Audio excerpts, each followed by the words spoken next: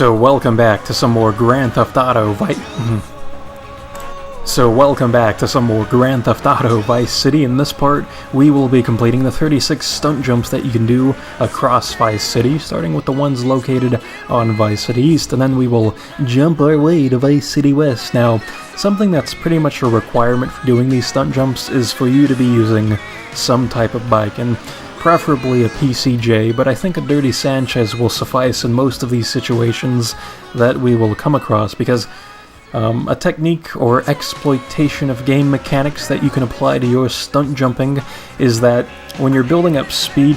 when you're about to hit the ramp, or I guess I know we just went off a staircase, but for all intents and purposes, all of these things were going off of ramps. But either way, when you're in the process of building up speed, something you can do is repeatedly tap forward while on the bike, and that, for whatever reason, causes Tommy to go just insanely fast. Like, he just gets this insane amount of acceleration, and it's just a completely insane process. But it works quite well when building up speed, but you want to stop doing that when you're actually about to hit the ramp. And the reason for that is because when you're leaning forward or backwards on a bike while you're going off a ramp, you tend to be flown off into a random direction, which these ramps already have minds of their own, so you don't want to necessarily help their cause in just kind of screwing you over on a jump, which the whole concept of leaning forward and backwards and getting screwed over by going off of a jump makes sense, but it's just something to watch out for, so you kind of want to let go of doing that tapping forward mechanic in order to stabilize yourself before going off of a jump, so that way you can more accurately, I guess, determine, or at least try to determine, where you're going to go off of by using the left and right directional buttons, or left or right directions using the analog stick. But either way, I know a lot of people tend to really look down upon stunt jumps, which I'm not necessarily one of those people, but I know that they are really finicky at times, and really are the bane of some people's existence, you know, because they're big guys and all that. But really, it's just, these stunt jumps sometimes really do have a mind of their own, because you think you hit the jump perfectly and you land cleanly and stuff, but the game just doesn't give it to you. So it's like the landing spots can also be fairly finicky, along with the ramps and how they kind of launch you up in the air. But it's something that doesn't really get me too much. I know that there are some people across the Atlantic of the Irish variety who really get up in arms over these, but I won't say those no words that he says quite frequently while doing stunt jumps, because, well, you know, I find them more silly than anything else, because it's like the landing zones, which are hardly that. Like, for the one that we just did, well, actually, hold on, I want to point out how badass that scene is right there. You see how he sticks to landing? What a champ Tommy is, a true Olympic athlete, of which the likes we've never seen before. But going back to the whole, you know, people hating these things, it's like they're kind of silly, because some of them require you to crash into buildings or sides of walls and stuff, and it just doesn't make a whole lot of sense as to why that is the requirement for completing some of these jumps. It seems like having a clean landing would be what you'd want to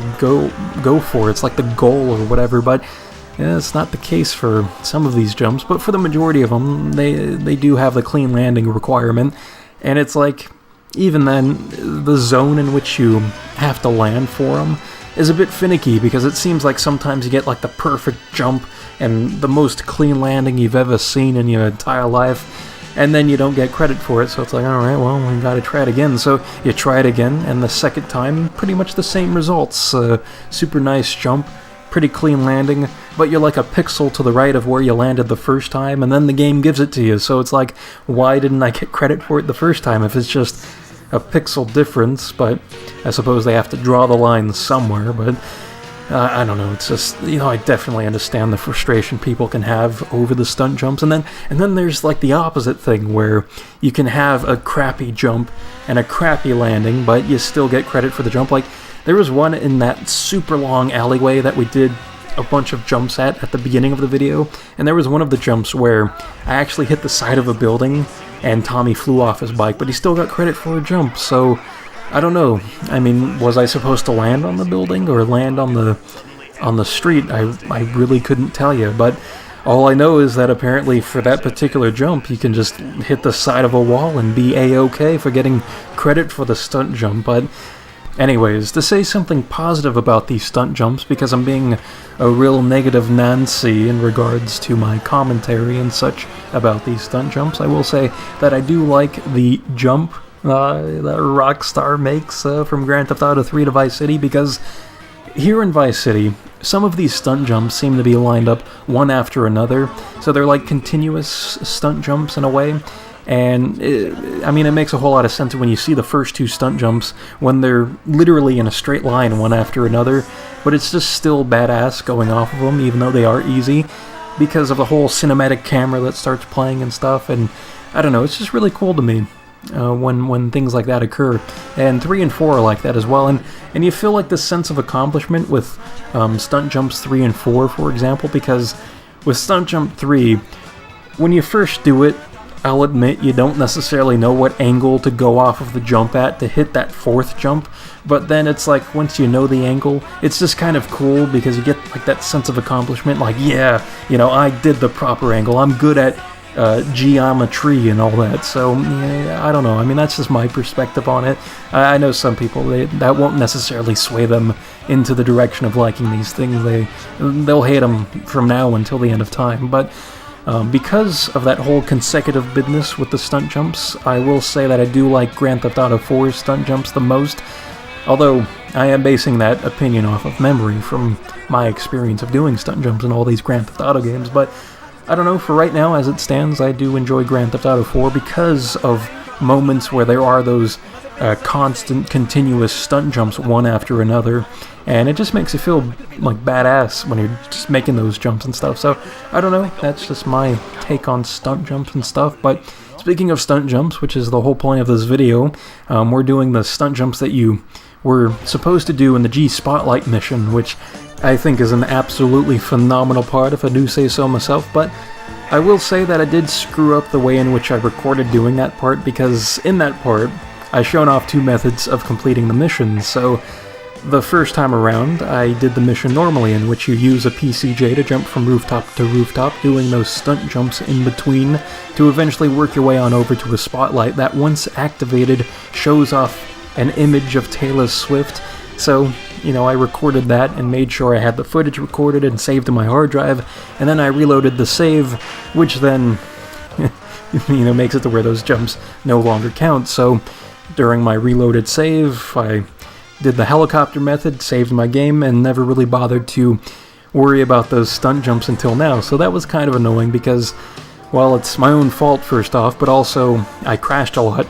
over the course of doing those jumps on the rooftop. So yeah, that's something for you, for those of you interested in trivia and stuff as to how I record my business. But probably nobody really cares about that, so I will point out that I find it interesting on Vice City East how the majority of the stunt jumps there are located from the midpoint of Vice City East all the way down to the southern point, and there's nothing on the northern point of the map, which is a bit odd because it seems like jumping and doing jumps around the mall would be kind of cool. Like, there would be some cool locations to jump to, maybe like having a stunt jump located on top of the car park that's pretty nearby the mall's building, like the main building of it,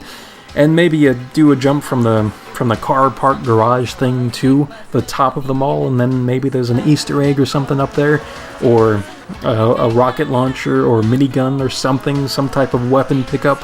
to where it kind of encourages you to go up there just to kind of have your own mini rampage if you want to. I don't know, something kind of fun and cool like that would have been neat, but alas, here we are, with what we have, and what we have here at the moment is just this giant orgy of stunt jumps at the airport.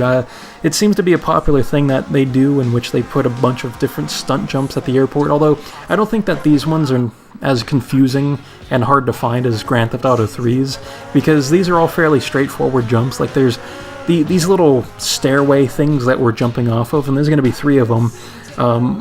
are the only ones of their kind here, so it's pretty obvious that you would test those out to see if it's a stunt jump or not, and they all are, so it's really, really cool that it's straightforward and easy. I actually like that a bit more than in Grand Theft Auto 3, but either way, this is one of those situations where it seems like, well, I didn't necessarily clear the thing, I kind of slid off the thing, so it didn't seem like it would make a whole lot of sense to give me credit for that stunt jump. But anyways, here's one of the 2 different stunt jumps that takes you outside of the map, so then you have to work your way on back over into inside of the airport, which is, I don't know, kind of a nuisance in itself, but not that big of a deal because the drive isn't too short. But here is something that is kind of off-putting, because when I initially did this stunt jump that we're currently seeing, it's like I thought I had to actually jump over that giant rotating radar thing, but you actually have to jump to the right of it, so it was a bit weird that that is the requirement there, but we should expect such things at this point from this game and how it does and operates doing stunt jumps. So anyways, I can finally stop rambling and we can move on with our lives and move on to bigger and greater things. Oh, we are so close. We are so close to being able to be doing main storyline missions again, but I guess my pseudo-OCD prevents me from doing that because we have one more task that is required for 100% now that we've completed these stunt jumps, and that task is buying the safe houses across Vice City, but there's also going to be a few other things that I'll be showing off that aren't requirements for 100%, but are things that you can do anyways here in Vice City. So it's like miscellaneous tasks and stuff all lumped into one video, so that's what we'll be doing in the next part, and until then, I will see you next time.